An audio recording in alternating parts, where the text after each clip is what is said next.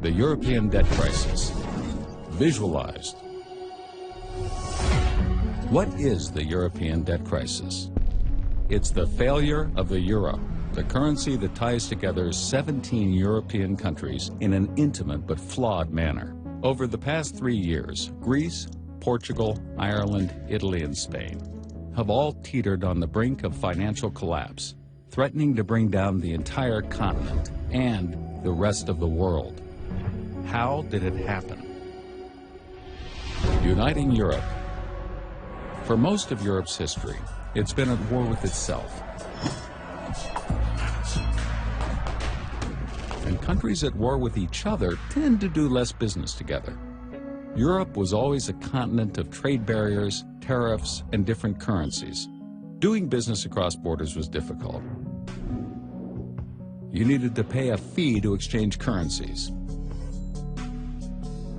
And you needed to pay a tariff fee to buy and sell to companies in other countries. That tended to stifle economic growth. Then came World War II, which devastated Europe.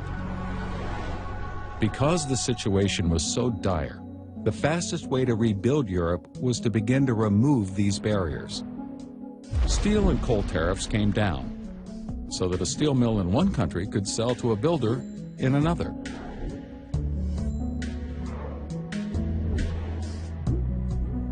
This gave the survivors an idea: a unified Europe, a union across the continent that would end all future wars. Countries began to band together toward this goal, bringing down trade barriers, lowering the cost of doing business. One of the last barriers to fall was the Berlin Wall. With a united Germany, Europe was ready. 27 countries signed the Maastricht Treaty and created the European Union. This made doing business across borders easier, but there was still one major obstacle: the different currencies.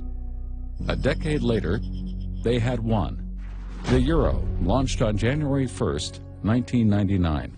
Countries adopting the euro, called the euro area, discontinued their own currencies. They also discontinued their own monetary policies, giving control to the newly formed European Central Bank, commonly referred to as the ECB. The euro area now had one unified monetary policy, but it still had many different fiscal policies. A key reason for the current debt crisis.